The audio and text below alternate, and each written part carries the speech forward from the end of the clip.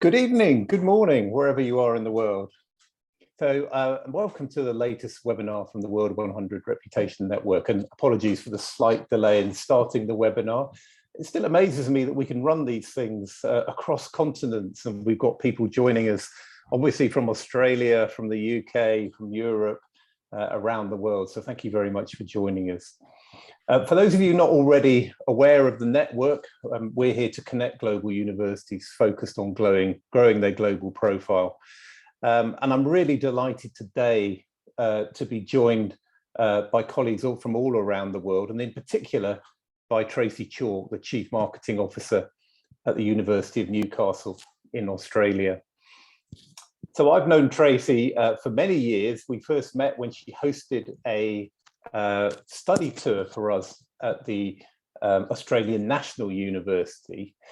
Wherever Tracy's worked, both inside and outside the university sector, in Australia and in the UK, I think she's always been thinking innovatively about how we communicate, never standing still, always thinking about how could we do things better to engage with our audiences. And I think the pandemic has really driven that need to be thinking innovatively about communications.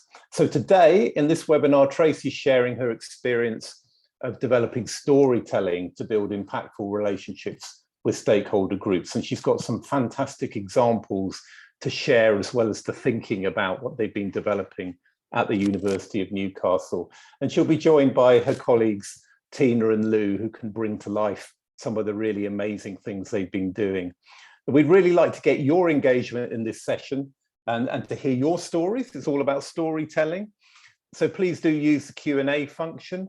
And if you do want to contribute, we'll have a couple of sections where if you raise your hand, we'll try and patch you into the webinar to carry on that discussion, although we won't be able to show you on the video, which would probably be a good thing for some.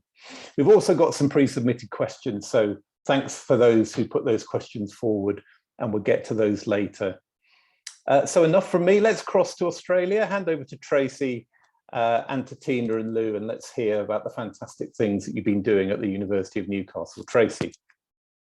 Thank you so much, Mark. Just want to confirm that you can hear me and you can see my slides. Yeah. Fabulous. If anything goes wrong along the way, please do speak up and let me know. Today, I'm going to tell our story about building a storytelling ecosystem that brings the very best bits of brand and the very best bits of communication together in response to some of the shifting digital engagement landscape that we've got at the moment. I'm joined on Zoom by my fabulous colleagues, Lou Morrissey, who leads comms for our university, and Tina Imick, who is our head of brand. While I'm sharing our story today, we're also really keen to hear your experiences with storytelling, particularly in this dynamic environment. So please do feel free to participate in the discussion. I'm talking to you today from the land, there we go. I'm talking to you today from the land of the Awabakal and Worimi people, and I pay my respects to their elders past, present and emerging. I'm very grateful every day for that they share their country with me. It's one of the most beautiful places to live. For those of you who don't know a great deal about Newcastle in Australia, we're a city of about 400,000 people. We're just a couple of hours north of Sydney. We have a really strong industrial heritage with an emerging culture and creative landscape. Our university serves a region of about 30,000 square kilometres. So that's about the size of Belgium and much bigger than Wales itself. Of course, you could probably double that if you considered the regions beyond our borders, which we also service and visit. Our university has nearly 40,000 students from about 100 nations, and we're supported by nearly 3,000 dedicated staff. We're 12th in the world for impact for the Times Higher Education Impact Rankings, and we're #1 in the world for partnering for a sustainable future, which for a university that sits in the heart of an industrial mining region, it's such a source of pride for us. We're ranked #1 in Australia for industry collaboration, and we're the largest provider of alternative education pathways in Australia. Our vision is very much to be a world-leading university for our regions, And it's the emphasis on regions that has shifted our focus on storytelling, and that's what I'm going to focus on today. Okay, I'd like to indulge a little bit and open with some really stellar examples of brand advertising in its absolute purest form. So I'm hoping that this is all going to kick in and work effectively for me.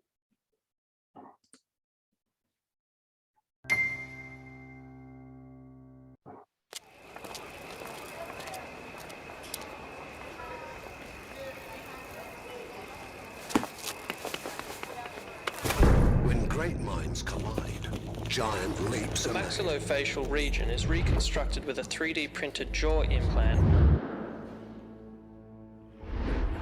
Researchers are on the verge of circumventing a global water shortage using sophisticated computer models.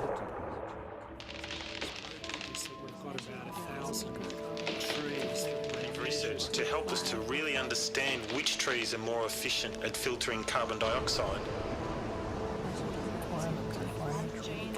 History tells us that to achieve these things that impact us all, knowledge is not enough. It must collide with imagination.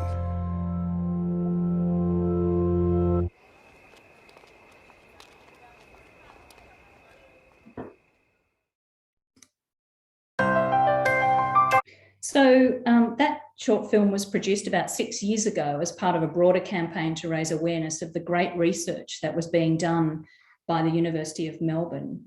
I'm going to fast forward a little bit to August this year and show you a beautiful piece produced by the University of Adelaide. Okay, are you ready? The first university to admit women, 2 Nobel Prizes, then another, then a couple more, 12 knighthoods, 22 Olympians, a pack of COVID-sniffing canines, Australia's first female Prime Minister. Finally, treatments for diseases and other scary things, the first female Queen's Counsel, Supreme Court Judge and State Governor, all in one, first in the family with a degree, a black belt, a robot. First Aussie to walk in space, helped detect gravitational waves, made lots of babies, world top 100 in all this stuff. Launched a satellite, revived lost languages, home to 1,600 brainiacs, and a winery, all in the heart of Australia's most livable city. So, what's next? Make history at the University of Adelaide. I absolutely love that brand ad. It really sings to me. I totally get their positioning, and I'm on board and I buy into all their key messages. But I do wonder who else is watching, what they're thinking, and what they're doing afterwards. If we just sort of shift to the other side of things for a moment, in parallel, I'm sure all of us have got these fabulous comms team that are having tremendous success with groundbreaking research, and the best stories have phenomenal reach. Just one example from our fabulous comms team and about some of the amazing research that's being developed in developing pain-free blood sugar tests for diabetes. This story was pitched to a number of news outlets and was picked up in every continent except Antarctica. In just 48 hours, it had reached a potential audience of 620 billion. My question to the team at that time was, how do we make this last longer? I'm going to sidestep just for a moment because life has thrown us all a few obstacles in the last couple of years. Personalisation, for one, curated self-selected content that excludes our mainstream channels is really shifting the way in which we develop our content strategies. And then our worlds, I don't know what happened there. And then our worlds turned upside down and we were plunged into a content-led digital-first environment where words like pivot and agile and responsive have dominated our conversations. So we're really getting squeezed at both ends at the moment. According to this year's Australian Media Consumer Survey, 80% of people skip ads if they can, and 46% of them are actively blocking them.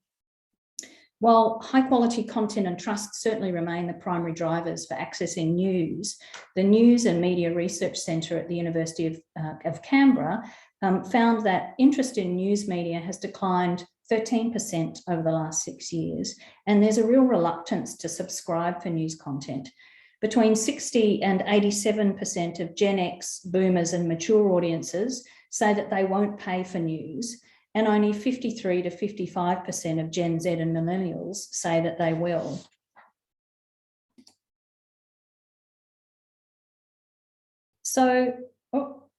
And to top it off, only 53% of Australians feel connected to their community. There is a correlation between feeling a sense of connection with community and the consumption of local content.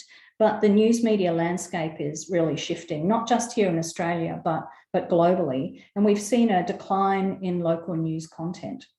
This is really a problem for a university like ours that prioritises being of and for its regions, particularly when that sits at the heart of our strategy. So how do we build that sense of community, and how do we demonstrate that positive impact and position ourselves as a civic university in this environment? So that's the problem we were trying to solve when we were considering how to maximise our storytelling. We have two highly professional streams of work, brand and comms, and we needed to bring them closer together to give our stories local relevance and deeper reach and longevity. It sounds simple, but I'm sure that there are many people on the webinar tonight that know how hard this can be. Let's take the last 18 months as an example. Our comms teams were totally preoccupied with COVID and all the structural changes that crisis has brought to our universities.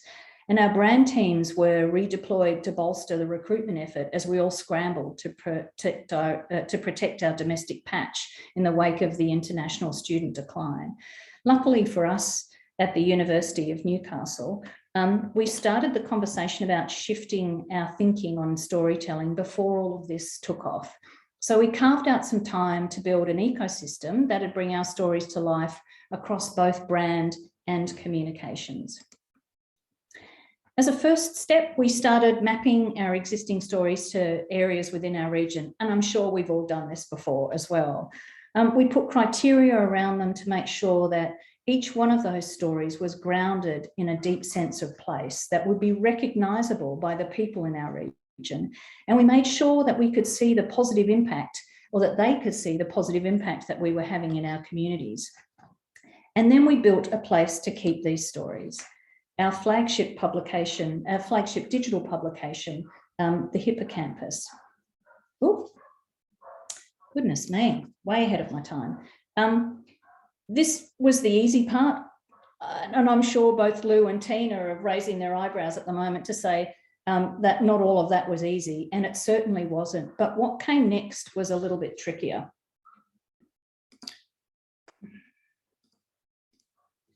We started to think about what it means to put the story at the heart of our strategies and how we could amplify those stories across our own earned and paid channels. We brought the teams together to come up with a solution, and we worked with a local agency who shared our passion for regional impact and civic engagement.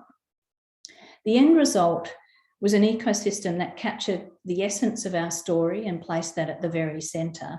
It built a suite of marketing and brand assets around it, and it tailored a plan for engaging through a range of channels relevant to that story. I'd like to share those stories with you today, and the first one, hopefully, is going to work right now.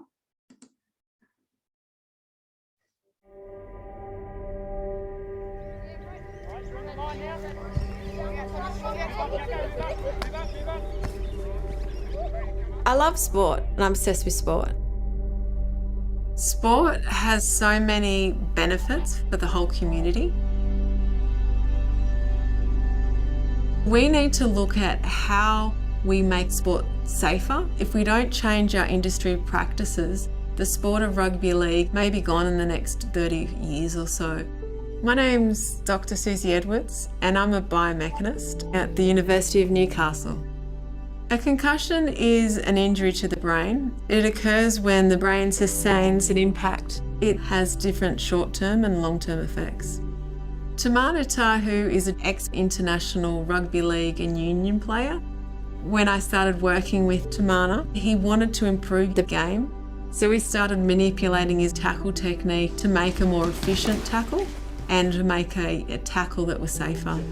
As an ex-player and coach, this is how he thought he could make a big impact in the industry.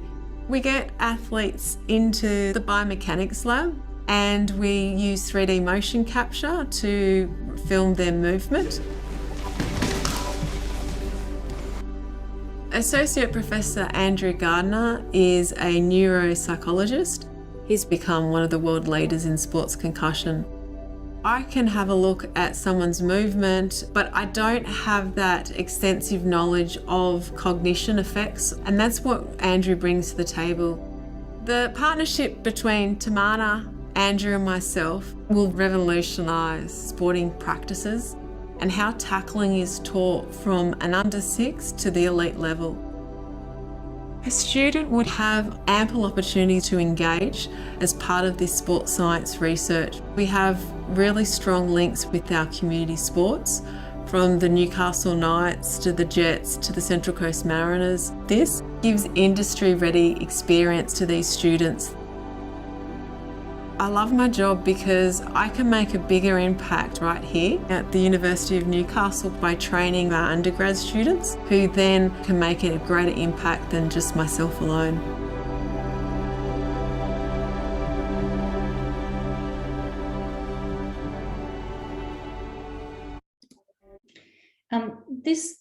That was the long form film as part of our ecosystem, and there were a range of other versions of that. It was filmed in our local community with our local community, but we knew that the story had global appeal. We built an ecosystem of earned, owned and paid ideas around it, and we tailored it to the families in our community, the sporting fanatics in our community and our country, and the sporting code itself. And then we developed a suite of marketing assets to support that story. We launched our concussion story in April this year with a 3-month campaign built around it. By August, the potential reach was nearly 110 billion people in earned media. The hippocampus story had had over 17,000 views with an average time on site or time on the page of over 5 minutes. So people were clearly reading it. We had a 45% click to conversion rate and just under 1,200 comments, reactions and saves. So they're all the metrics that we're used to as marketers. But from our perspective, and certainly from mine, the more important aspect of that was our local community was engaged. And you can see some of the comments on the screen, and we'd actually started a national conversation. Eyes were on our region, and not only that, it generated a sense of pride in our community because they were part of a story that was being told on the world stage by Fox Sports and ESPN. The story, and this is my favourite part, the story was picked up by a teacher at one of the selective high schools in our catchment. So that's a school for high achieving students. It's a highly competitive school. And it was a school that we'd been working hard to build a relationship with for over 2 years. They asked us if they could use our story as a case study for their Year 9 science project. So that's 180 14-year-olds studying our story, and then an invitation for our researcher to come and talk to them about the work that she's doing at our university. So it was at that point that we realised that the system worked. The next story I'd like to share with you is a little different. It focused on a global problem, but with a local solution. I don't know, I mean, you may recall the horrific bushfires in Australia a couple of summers ago. They had such a devastating impact on our regional communities. And our researchers are working to save the frog species that were, decimated in those fires. And they're engaging with local communities through citizen science projects to map the presence of frogs across our region. And this story resonated with local communities on a really personal level. And again, filmed in our region, we targeted this story to local communities who are participating in the project, but also global communities with an interest in climate change. And I'm just going to show you the short version of this today. 50 million frogs were killed in the fires of 2019-20, and the total number of animals that were estimated to have burnt to death was 3 billion. And the death of 3 billion animals? This is a cry that could be heard across the universe. And we all have a part in that.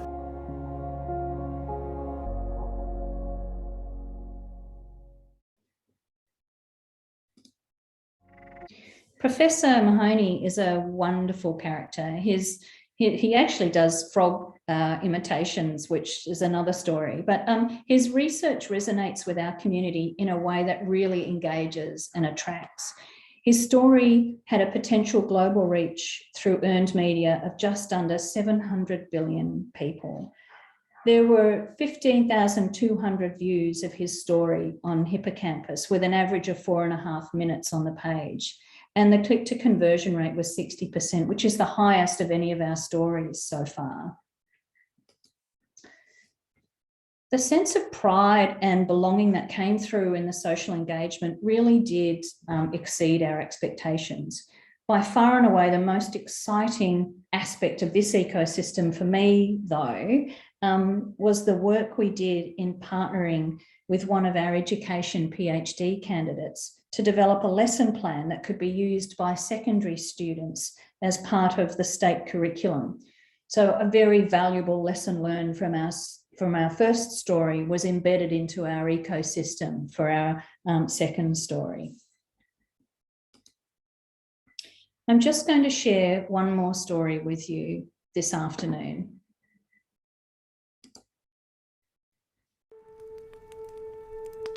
I believe that even as children, we were beginning to start to understand the notion of dislocation, displacement. It's estimated that our people spoke over 250 languages. Today, there are now only about 20 that are flourishing. In the space of a generation, my language was lost. I was lost. I felt a sense of loss. One of my earliest memories is listening to old people talk language, grandfather, great-grandfather, around my nan's fire. What is it they're saying? Our intrigue is there immediately. Historically, Aboriginal people were forbidden from talking language, so what ends up happening is you lose connection. You lose a sense of vision. You lose a sense of optimism. So we grow up with this sense of loss. Then you can understand why the importance of this language now and the value of this language is so powerful. People said there were recordings of our old people talking. So I got hold of these tapes, and to have the ability to push a button and hear their voices awoke something in me. It was like a gift from the past. I didn't just want to know who they were or what they were saying. I knew I had to understand it fully. I had to get somewhere where I felt I could connect to it. In some ways, I went back to the fire to listen to my grandfathers and to make sense of those sounds that I could hear in between words. That's what I heard.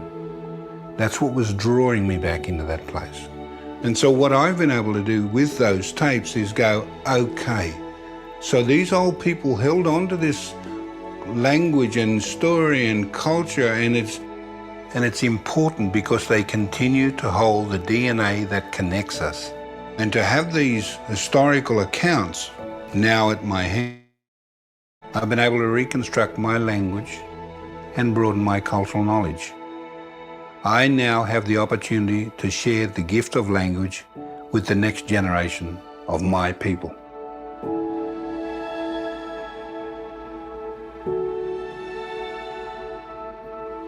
What we try to do here at the Wallutigga Institute is to work with each of the students who come here to take a personal interest in their lives. We build a relationship with each other. Traditionally, we call this word kipara.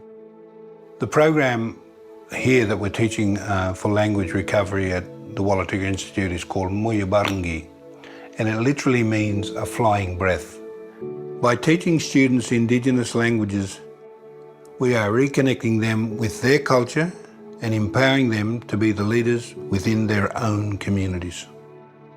I've taken on the role of language teacher with my grandchildren. I want them to have a sense of their own identity.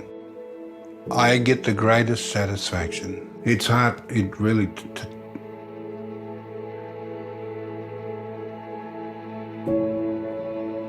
No, it does.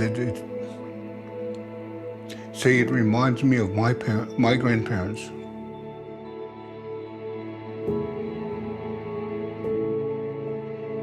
So to get the gift back, it is just so enriching. Ngurndar ngi ay darlai marngi, urnan garkar kalchin, marngi yapar. Irnurnan ngurnun berti turprieri.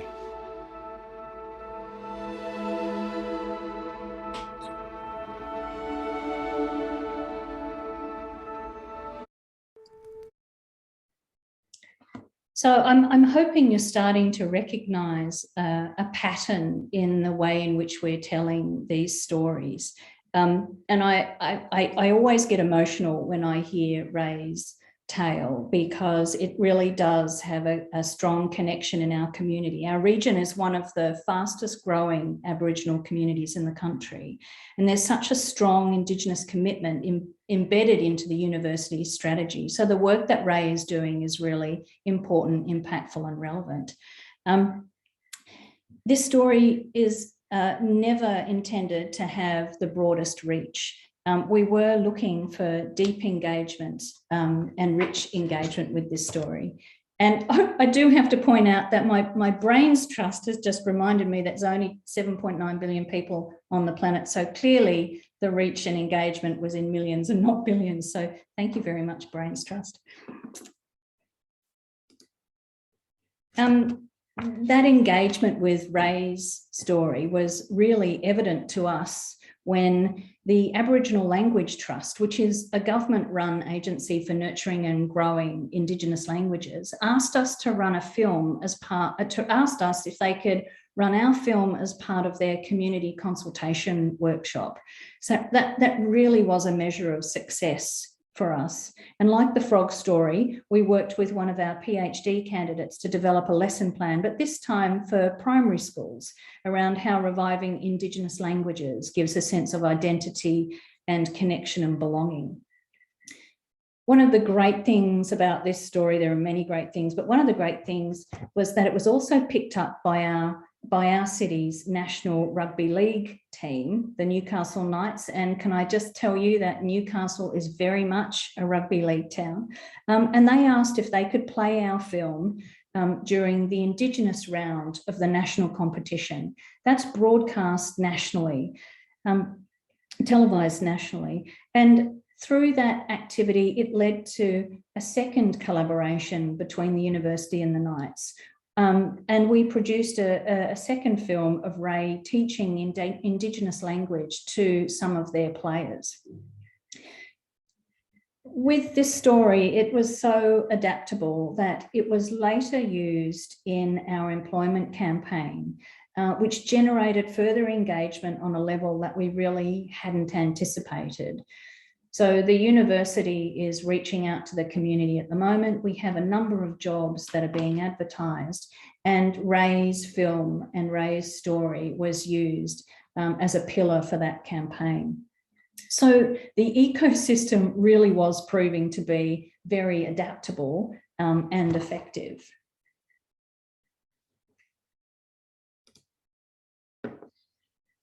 I might just pause there, Mark, to see if we wanted to have any conversation at this time before I move into the business model.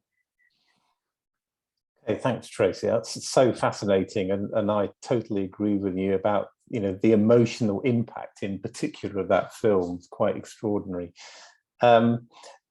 So yeah, opportunity for people to have a say. Either put your hand up or please contribute on the Q&A, and we can develop the discussion from there. We did have a couple of the pre-submitted questions that were perhaps relevant to the beginning of the presentation, Tracy, when you were talking about the background to all this, and in particular when you were showing those sort of the big brand films that other institutions have produced in the past. And there's just a question about branding and reputation. Are they two sides of the same coin? Is there a subtle difference between them? Has that relationship changed? Oh, I think that's a fabulous question, and I might open up to my Brains Trust and Tina Imig, who I'm sure will have a well-considered response to this, because it's something we have discussed on multiple occasions, particularly when we think about the role and purpose of brand advertising in its traditional form. Yeah, thanks, Tracy. I think that's a really fabulous question and something we've absolutely had many conversations about. And I think what's happened is the role of brand and communications have both shifted in a sense that what we really want to be doing, rather than us talking about ourselves and sharing our positioning via a brand ad, a beautifully crafted and beautifully filmed brand ad, what we really want to be doing is deeply engaging with people. We want to really build that strong emotional connection. And by doing that, we really want people to connect with that story and then to share that story with other people. Because one of the things that we look at is our engagement on these stories. And really, because so much of our stories are being played in the digital landscape, where there's incredible competition for attention today, what we want people to do is like, share, comment. We want them talking about the university for us and sharing our stories with others. It's far more impactful for people to share our stories with their networks, or for community organizations or groups to be sharing our stories, rather than us telling people about ourselves. And so when we present people with a very emotional story that they can connect to, they're excited and proud to share that with all of their communities and networks. And I don't know, Lou, if you wanted to add anything to that, but I think that that's where we've found kind of the magic between brand and comms, because as we put that story right at the center and we build a very emotional story around it in the comms space, there's tremendous opportunity to engage media and to get them to share our story much more broadly as well. I think when our stories have that very simple emotional truth, but very powerful truth right at the heart of it, it makes it such a shareable and engaging story that even our media partners really want to share as well. Yeah, thanks, Tina. And I think my video will switch on in a sec. It's just not enabled at the moment. But what I would say, thank you, is that I think one of the challenges we have is around timing, because we recognise that in the ecosystem we're working within to share our stories, that by putting the story at the centre, it introduces new questions around when we tell media the story, like traditional media the story and earned media, and how that might translate then into our owned media and earned media. And so we've found that we actually need to kind of create a system that is unique depending on the story and depending on the direction that the media engagement might go in. And yeah, I think it's a real, the connection around the emotion of the story works regardless of the channel, but thinking about whether we want to lead with earned media and then have all of our paid activity flow on from that, versus you know, pushing across our own channels and then seeing what the alternative kind of media angles are is a consideration that we hadn't done before, and we hadn't done sort of until we'd kind of, as a whole of unit, identified all of the aspects of this ecosystem and considered, well, what is the best way to share this story? And it's certainly true that we have more results when we're not telling the story ourselves and letting others share it. Thank you. That is so fascinating. Some of you who know me will know that I could have a discussion for hours about the relationship between brand and reputation and comms. And I think one of the things you really crystallize is such an important fact. I always really simplify things to say reputation is what others think and say about us, and brand is what we say about ourselves. And I think what you're doing is really bringing to the fore the opportunity for our reputations to be shaped by others talking about the things that we're doing. And so this is a really fascinating model. You'll come on to some more practical things about how you're running this, and we've got some questions around that. But Tracy, there was just a question, and I think there's an obvious answer to this one in terms of what you've shown, but there's a question about how you embed justice and equity into the storytelling process. Yes, and I think and that is such a wonderful question.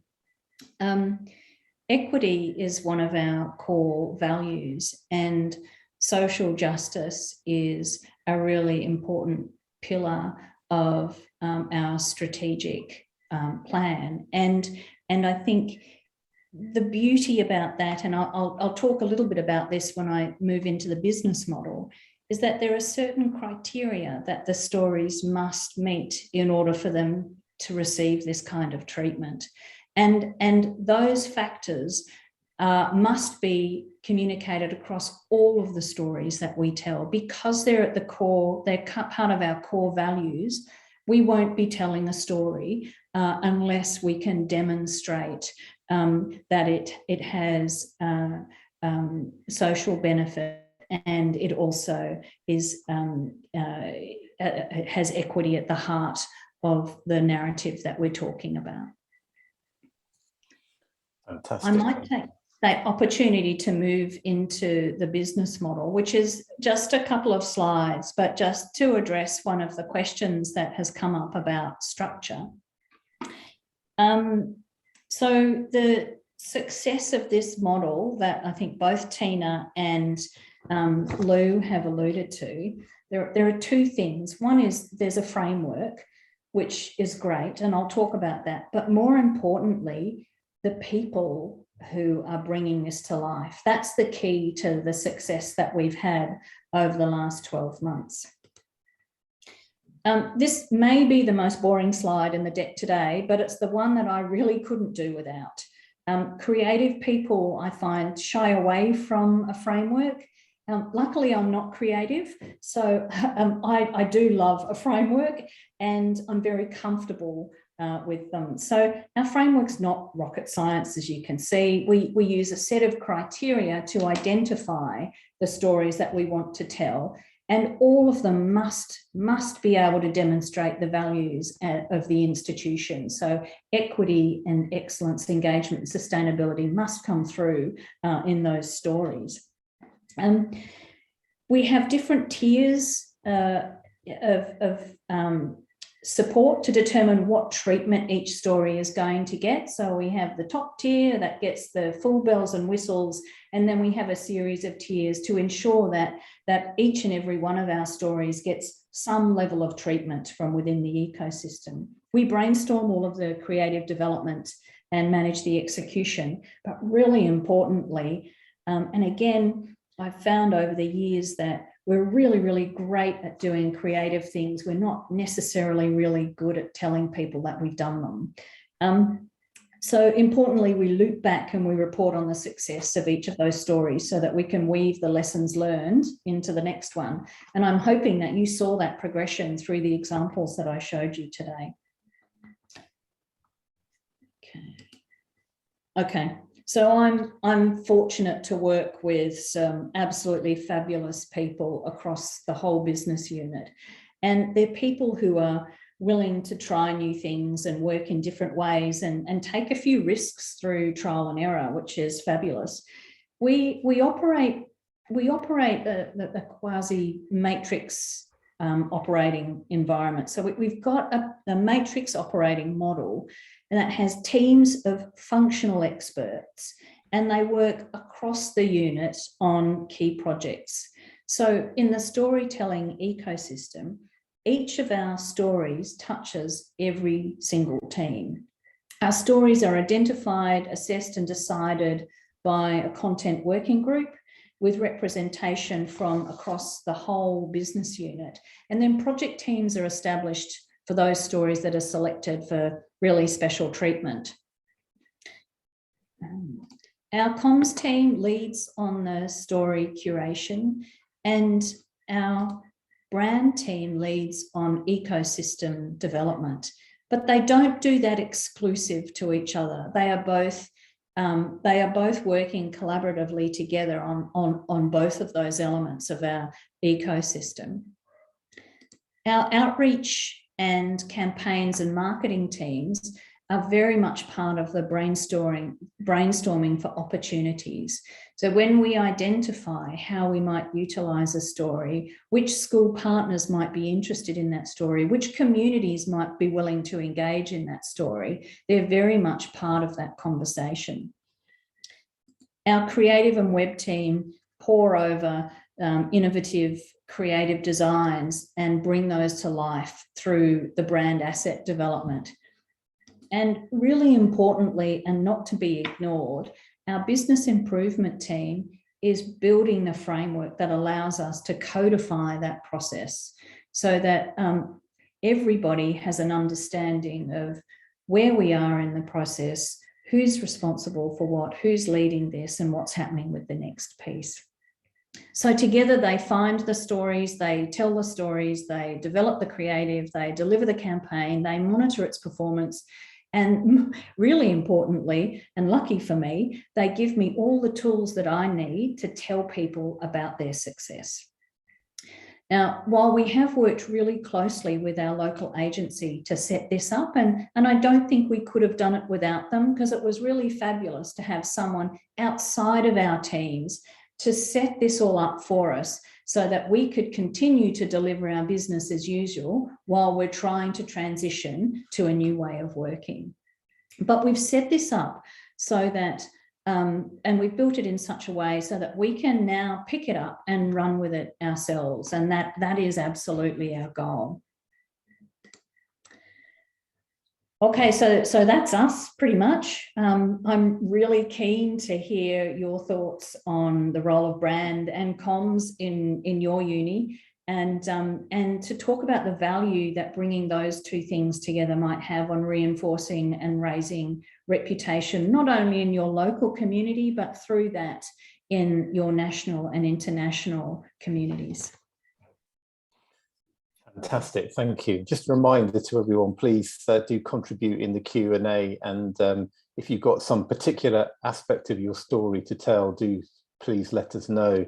So we've got a few questions coming in, and really interestingly on the back of that final session talking about the practicalities of how you deliver this, I think there's a couple of very specific ones here, and this is one that I thought would definitely come up. It's saying, I'm interested in how you communicate the tiers internally in terms of which stories get the most investment and exposure, and the challenges you face and how you manage it. Yeah, so I'm not sure we've nailed that internal communication aspect of it, but the levers we're using are the existing governance model. So we want to get buy-in from the executive committee of the university. So we need buy-in from our vice-chancellor, and we need buy-in from our pro-vice-chancellors and deputy vice-chancellors. And the way in which we do that is by demonstrating evidence of success. And we say to them, look what happens when we're able to identify a story that meets all the criteria, put the entire wealth of our resources around it, which is usually person power, and tell that story in a really innovative way. Here's the impact that we can have when we do that. So if we get buy-in at that level. We are in the process of transitioning to a more strategic and planned storytelling approach, away from a more reactive, I've got this fabulous research, I've got this amazing seminar that I need to have promoted, I've got something else. So it is a transition process. The way in which we're doing that is by telling the stories first, building momentum, demonstrating impact, and ensuring that we can say, look, trust us, here's what happens when we all get it right. The reason we've got tiers is we don't want any story to miss out on something. So all of our stories get a little bit of love, some get a little bit more than others. Okay, and you mentioned earlier, you showed us hippocampus. I love that name, by the way. And as I understand it, you use that as a repository essentially for all the stories. So you've got an opportunity for, whichever tier a story might be in, there is going to be some sort of profile for that academic or that student and that story. Is that right? That's right. So the holder of the subject of the story will be able to point somewhere and say, oh yes, I can see myself there. Thanks very much. It's just the top tier stories get that beautiful treatment around building a feature piece, filming a beautiful film, and a range of different assets to communicate that and promote that through different channels. We still have news stories on our news site. We still have student profiles dotted throughout the website, and we have all of these beautiful things contained as much as we can within the hippocampus. Fantastic.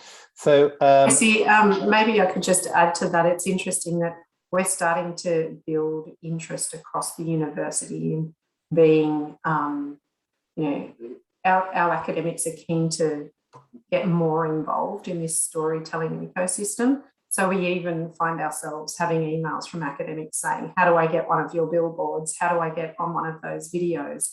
And what's good about that is that it gives us a chance to talk them through what it is that we're looking for, and then kind of start the conversation around the nature of their research work and what the community is saying about that. So even though everyone, it's not the kind of every child wins a prize in the storytelling stakes, in terms of the tier 1 stakes, there is always an opportunity for us to use that contact to talk to them about their work and how we might share their story with the relevant audiences, but what it is specifically we're looking for at that next level.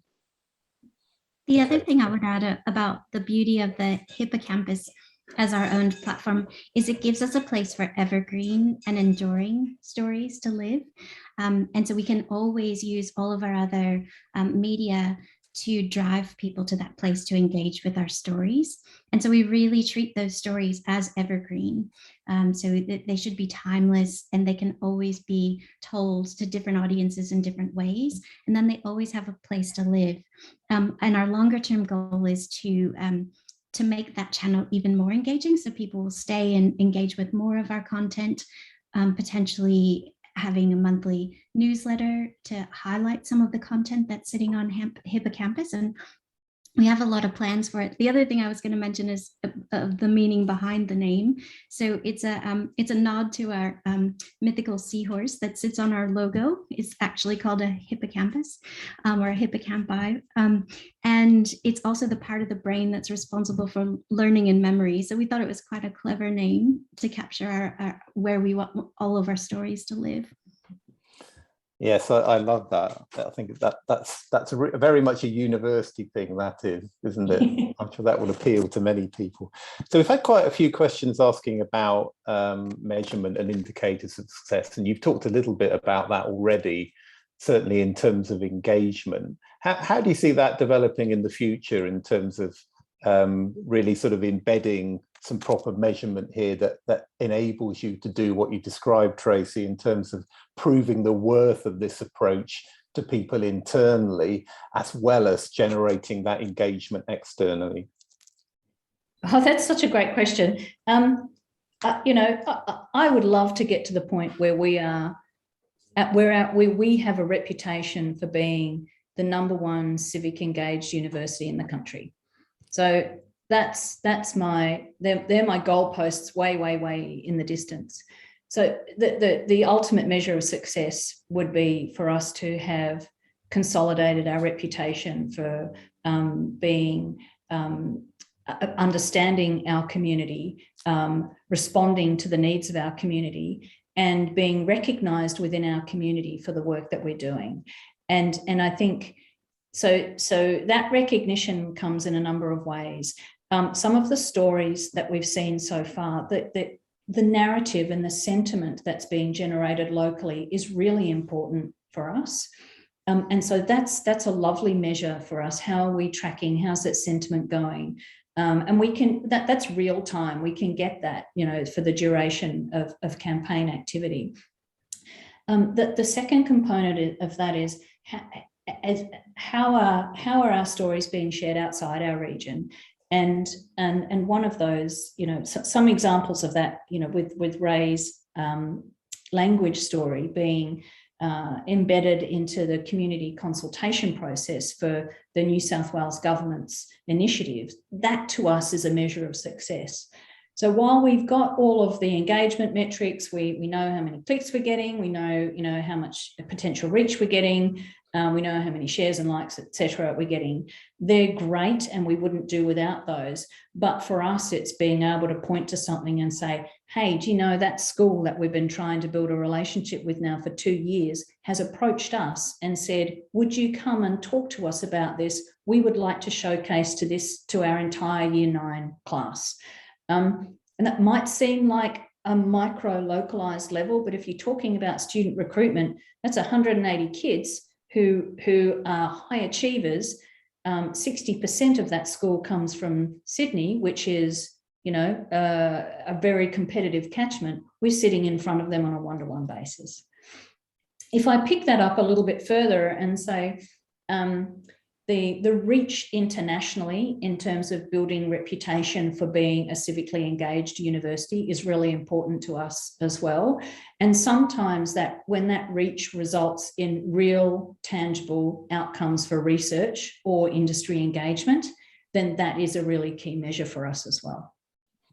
Okay, that's fantastic, because yeah, we had a question asking very specifically around the fact that, yeah, it's often much easier to be clearer and much more measurable about things like student recruitment, but when it comes to research and business engagement, sometimes it's difficult for universities to be clear about what the aim of developing campaign work is. But you're pretty clear from the back of this that by developing this approach, it will encourage more engagement, more research collaborations, both locally and internationally. Is that right?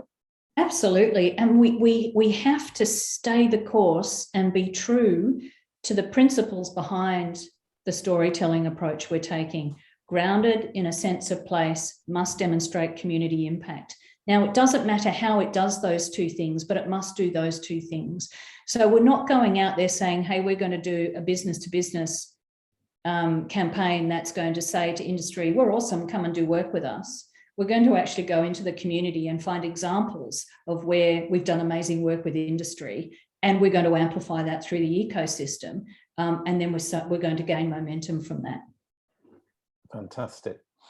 So we've got a question focusing on actually how you work with academics in terms of developing your stories. It's just reflecting on how engaging the stories are. But how do you use academics? Do you only use academics who work well in front of the camera? Are there any tips in terms of how you engage academics appropriately? I'm going to reach out to the Brains Trust on this one. I might start with Lou, and then Tina, you might have something to add. Yeah, I think there's absolutely a real talent and process around who you get to tell the story and how you draw the story from them.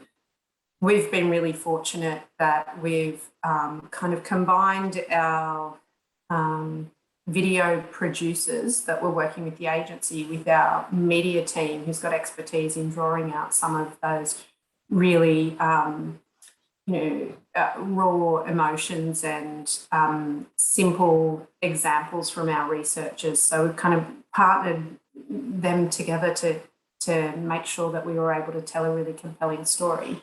But whenever we hear about a really interesting story, we find out about the researchers that are involved in it. And it's about choosing the right researcher to tell the story through the right channel. So some researchers are better for the op-eds that complement our rich media pieces. Some are better being the on-camera talent, and some are more comfortable like that. Others are much better at producing kind of doing the radio interviews or the op-eds that we're pitching out to media. So it's never one clear system that fits, but looking at who are all the people that can help us tell this story and which person helps us tell it to the right audience. And so knowing all of the researchers and where their strengths are, matching up the components of the ecosystem to the researcher, and then also using the talent we have within our team and when we're establishing the system, using some of the expertise of our external producers to draw those stories out and ask the right questions and get them to respond in a really authentic way. Because I think, the thing when Tracy plays those videos, I've seen them a lot of times. Even when I see Ray's video and I hear his voice crack and he pauses, it still gets me.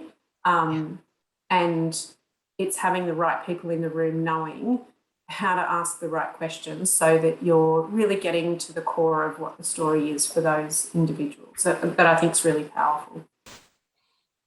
Absolutely. And I think authenticity will always be really core to this, won't it? There's only so much media training that you can do with academics. It has to be absolutely coming from them if it's going to have the impact. So I'm conscious of time. Sometimes it's as basic, sorry to interrupt, Mike. Sometimes it's as simple as saying to them, like, what makes you really excited about this? What is it that really draws you to this kind of research? And you see their eyes light up. And the frog example is one where, some of those researchers can talk for days about, the technical side behind it, but you ask them about what really gets their passion kind of going, and that's where the gold is for our video content. Yeah, I think that's what I might just add to that. Oh, sorry, Ting. The only thing I might add to that is it doesn't always have to be the researcher telling the story. So that, sometimes it's about, members of the community that have been impacted by that research can tell that story. But Tina, I'll just hand to you because I know you've had experience in this space. Yeah, I was going to say it's maybe not perfect talent always, but there's always passion. The one thing that connects all of our researchers is they're absolutely passionate about the work that they're doing and the difference that it makes. And so, as Lou said, it's about drawing out that passion and getting to those moments of emotion, like why do they deeply care about this so much? And why is the work that they're doing so deeply important to them and to the community? So we had, as an example, the researcher in the concussion story. She was very nervous about being on camera, and it took us a very long time to draw those answers out of her. But it's really just working with them and getting them comfortable and continuing to ask the right questions to draw on that emotion. And as Tracy said, our next story that we're working on right now is actually going to be told from the community's voice. So this will be the first of our series of stories that we're not going to lead with a researcher, but rather lead with a community member who's been impacted by work that our students have been out doing, working with delivering speech pathology out in rural communities where children don't have access to speech pathologists. And we're going to hear from a parent of a child who's now been able to learn to speak properly. So we're excited about where that story will take us next. Fantastic. So I'm conscious of time. I know some people have had to drop off. Just one final question, and maybe this sort of wraps things up, Tracy, just about the role of what you're doing in terms of embedding the idea that the university is being impactful and is actually changing things in the real world. How important you think the approach that you're taking is to developing the reputation of Newcastle as an organisation that does have impact? I think we're leading it. And I know that sounds, a little ambitious, but if we weren't doing it, who would know? So I think taking an approach like this to raise the profile. So let me rephrase that.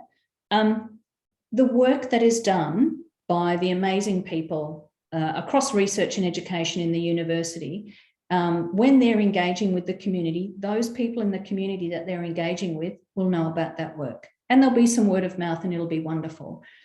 But if we really want the world to know about this, and it's the way in which we tell the stories to our communities that raises the profile of that work. So I truly believe that the storytelling and the important role that brand and communications play in consolidating reputation and communicating that reputation broadly is what leads the ability to demonstrate, or for people to understand what that impact is. Fantastic. Yeah. That is a perfect wrap up, I think. And thank you so much to Tracy and also to Tina and Lou for sharing the experience at Newcastle. I think you've really brought to life what we should all be really trying to focus on in terms of developing the impact of our institutions. So thank you everyone for contributing questions as well, and for contributing to a really good discussion there. And we look forward to catching up with all of you in future engagements through the network. So again, thank you so much, colleagues in Australia. Have a really good evening and a good day. Thank you. Thank you, Mark. Thank you.